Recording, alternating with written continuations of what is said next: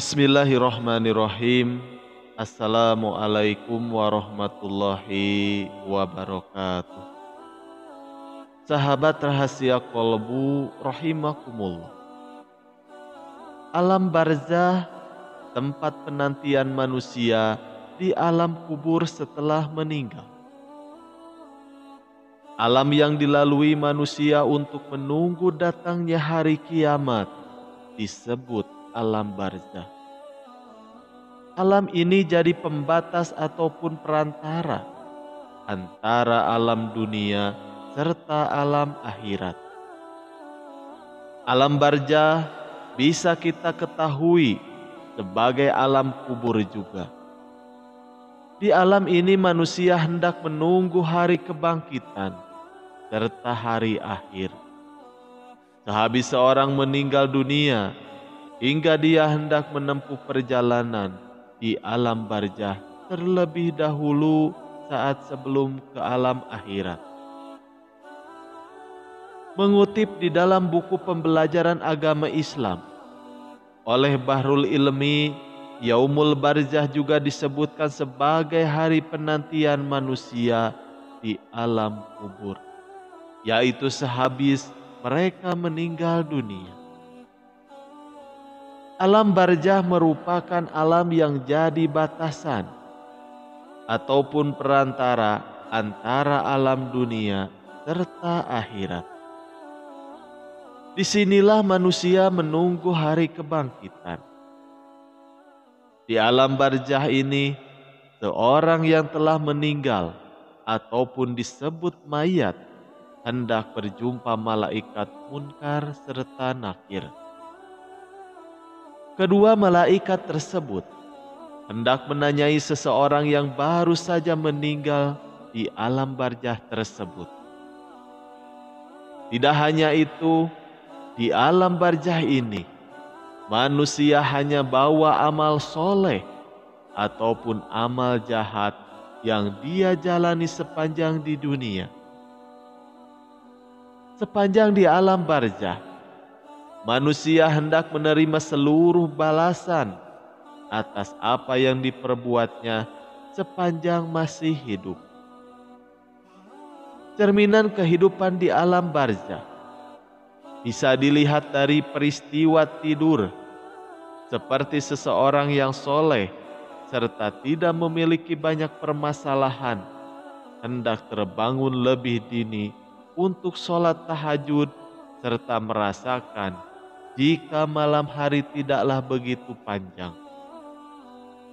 Tetapi untuk seorang yang mempunyai banyak permasalahan serta mempunyai banyak dosa di dalam hidupnya, dia tidak dapat tenang ketika menjelang tidur hingga waktu malam tersebut sangatlah lama. Mengutip dari buku Akidah Akhlak oleh Harjan Syuhada serta Fida Abdillah,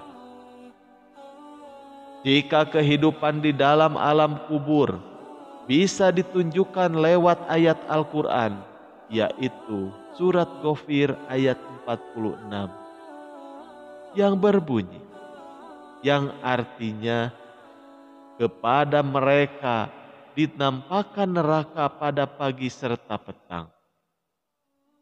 Tidak hanya itu, Rasulullah Shallallahu Alaihi Wasallam sempat bersabda bahwasanya sebetulnya apabila seorang di antara kalian meninggal dunia, maka ditampakkan kepadanya tempat tinggalnya, yaitu di waktu pagi serta petang. Apabila yang ditampakkan ahli surga, dia termasuk ahli surga. Kebalikannya, apabila yang ditampakkan adalah ahli neraka, dia termasuk ahli neraka. Kala itu dikatakan kepadanya, inilah tempatmu hingga nanti saatnya Allah membangkitkan kalian di hari kiamat. Hadis riwayat Bukhari Muslim. Di alam barzah ini juga manusia akan diberi sebagai manusia juga akan diberi berbagai pertanyaan, yaitu oleh malaikat munkar serta nakir. Perihal tersebut, sebagaimana sempat diriwayatkan oleh Anas radhiyallahu anhu yang sempat mengatakan, kala seseorang hamba telah dimasukkan ke dalam kubur serta ditinggalkan oleh temannya, hingga datanglah dua malaikat. Kemudian mendudukannya serta mengatakan, apa yang kalian katakan tentang Nabi Muhammad? Ada pula orang mukmin hendak mengatakan, aku bersaksi, ia merupakan hamba Allah serta Rasul-Nya. Kemudian dikatakan kepadanya, lihatlah tempatmu di neraka.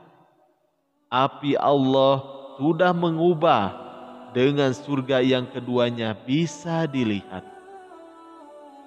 Ada pula untuk orang kafir serta munafik, hendak mengatakan, aku tidak tahu serta tidak dapat mengatakan semacam apa yang dikatakan mereka.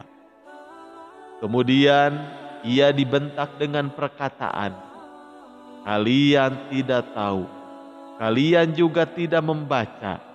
Serta setelah itu dia dipukul dengan gada besi dengan satu pukulan, seraya menjerit histeris yang didengar oleh teman sekitarnya kecuali sakolain atau jin serta manusia.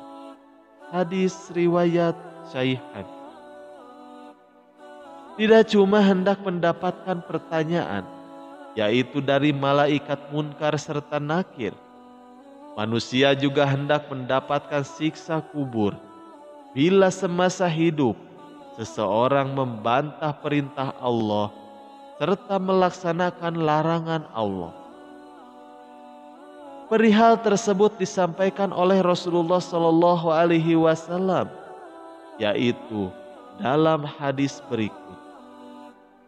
Nabi Muhammad Shallallahu Alaihi Wasallam, beliau melewati dua kubur, kemudian mengatakan, keduanya sedang disiksa, bukan sebab melaksanakan dosa besar. Yang satu tidak benar-benar membersihkan ketika kencing, serta yang satu senantiasa mengadu domba. Hadis riwayat Asy-Syaikhan. Wallahu a'lam bishawab.